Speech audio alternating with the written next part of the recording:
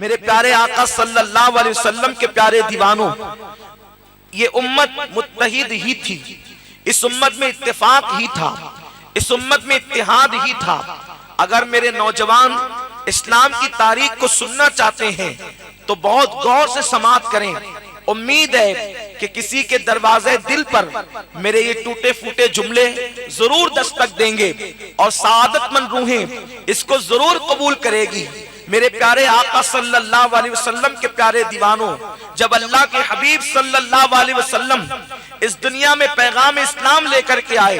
تو حضور سید عالم نے صدیوں کے لڑنے والے قبیلوں کو جو صدیوں سے لڑائیاں کر رہے تھے، میرے سرکار نے محبت کی رسی میں ایسے پرویا کہ مہاجر اور انصار کے درمیان عقد مواخات قائم فرمایا، ایک کو دوسرے کا بھائی بنا دیا۔ اللہ کے حبیب صلی اللہ علیہ وسلم نے وہ قوم جو گھوڑے کے دوڑ کی بنیاد پر لڑتی تھی، وہ قوم جو شاعری کی بنیاد پر لڑتی تھی، وہ قوم جو باپ داداؤں کی افضلیت کی بنیاد پر لڑتی تھی، اللہ کے حبیب صلی اللہ علیہ وسلم نے ان میں ایسا اتحاد پیدا کیا، ایسی محبتیں پیدا کی، ایسا پیار پیدا کیا۔ وہ انقلاب اللہ کے حبیب نے 23 سال کی قلیل مدت کے اندر پیدا فرمایا کہ پھر وہ دور بھی دنیا نے دیکھا کہ اللہ اکبر، دوسروں کا مال لوٹ کر کھانے والے، دوسروں کے مال پہ قبضہ کر جانے والے، دوسروں کے مال کو چھین کر فخر کرنے والوں میں حضور نے وہ انقلاب پیدا فرمایا کہ پھر وہ دور بھی لوگوں نے دیکھا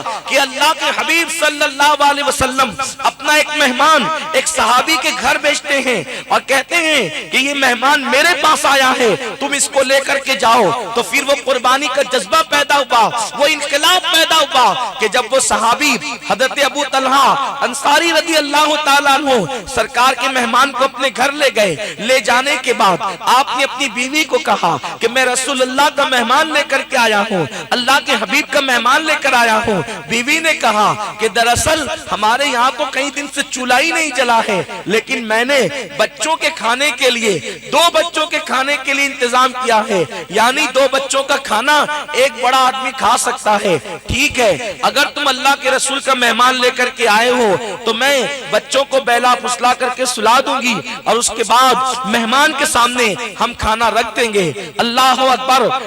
میرے آقا صلی اللہ علیہ وسلم کے دیوانوں، پھر کیا ہوا؟ اس وقت اللہ کے حبیب کے صحابی نے کہا ٹھیک ہے ہم کھانا تو رکھ دیں گے، لیکن کھانا جو ہے ایک آدمی کا ہے، وہ 2 آدمی کو کیسے کفایت کرے گا، کیونکہ مہمان تو پھر بھوکا رہ جائے گا۔ تو بیوی نے کہا میرے سرتاج، جب میں چراغ کی بتی بڑی کرنے کے لیے آؤں گی تو چراغ کی بتی بڑی کرنے کے بہانے میں چراغ بجھا دوں گی اور آپ پھر منہ ہلاتے رہنا اور باتیں کرتے رہنا اور نتیجتاً مہمان پورا کھانا کھا جائے گا۔ یہی ہوا، بچوں کو بیلا پھسلا کر سلا دیا گیا۔ میں آپ سے پوچھنا چاہتا ہوں، کیا وہ قوم سے بھی کبھی لڑنے کا تصور کیا جا سکتا ہے جو کسی دوسرے مہمان کی خاطر اپنے خود کے بچوں کو بیلا پھسلا کر کے بھوکے سلاتی ہو؟ مسلمان انسانوں سے کتنا پیار کرنے والا ہے، مسلمان انسانوں سے کتنی محبت کرنے والا ہے، مسلمانوں کے اندر انسانیت کا جوہر کس قدر کٹ کٹ کر بھرا ہوا ہے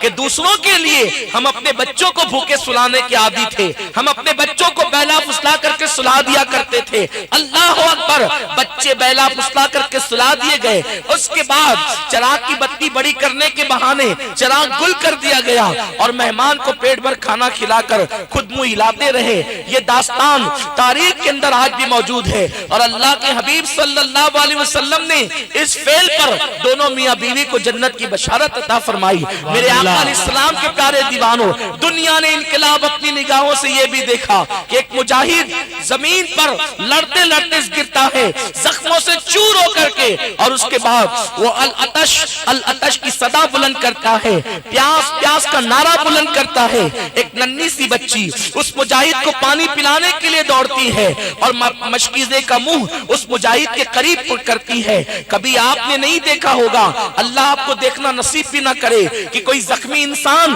جب تڑپتا ہے تو اس کی تڑپ کا عالم کیا ہوتا ہے، اس کی پیاس کی شدت کا عالم کیا ہوتا ہے۔ اللہ اکبر، اللہ نہ کرے کوئی ایکسیڈنٹ میں مر جائے یا زخمی ہو جائے، گاڑی میں بیٹھے بیٹھے ایکسیڈنٹ ہو اور اس کو زخم آتے ہیں تو اس کو پیاس کی کتنی شدت لگتی ہے، بیٹھے بیٹھے آدمی زخمی ہو تو اس کو اتنی شدت لگتی ہے، جو میدان میں لڑتے لڑتے زخمی ہو اس کی پیاس کی شدت کا عالم کیا ہوگا۔ ایک مجاہد زمین پہ گرتا ہے اور پانی پانی کرتا ہے، اس کے بعد ننھی سی بچی جیسی مشکیزہ منہ کے قریب کرتی ہے، دوسرا مجاہد زمین پہ گرتا ہے، وہ بھی العطش العطش کی صدا بلند کرتا ہے۔ پھر کیا ہوا، ننھی سی بچی نے جیسے ہی مشکیزہ منہ کے قریب کیا، اس مجاہد نے منہ پھیر لیا اور کہا بیٹی مجھ سے زیادہ پانی کی ضرورت میرے اس بھائی کو ہے، لے جا پہلے اس کو پانی پلا دے۔ پھر کیا ہوا، وہ ننھی سی بچی وہاں پہنچی، تیسرا مجاہد زمین پہ گر کے تڑپنے لگا، اس نے بھی العطش العطش کی صدا بلند کی۔ جب بچی اس دوسرے مجاہد کے قریب پہنچی، دوسرے مجاہد نے منہ پھیر لیا اور کہا بیٹی مجھ سے زیادہ میرے اس بھائی کو پانی کی ضرورت ہے،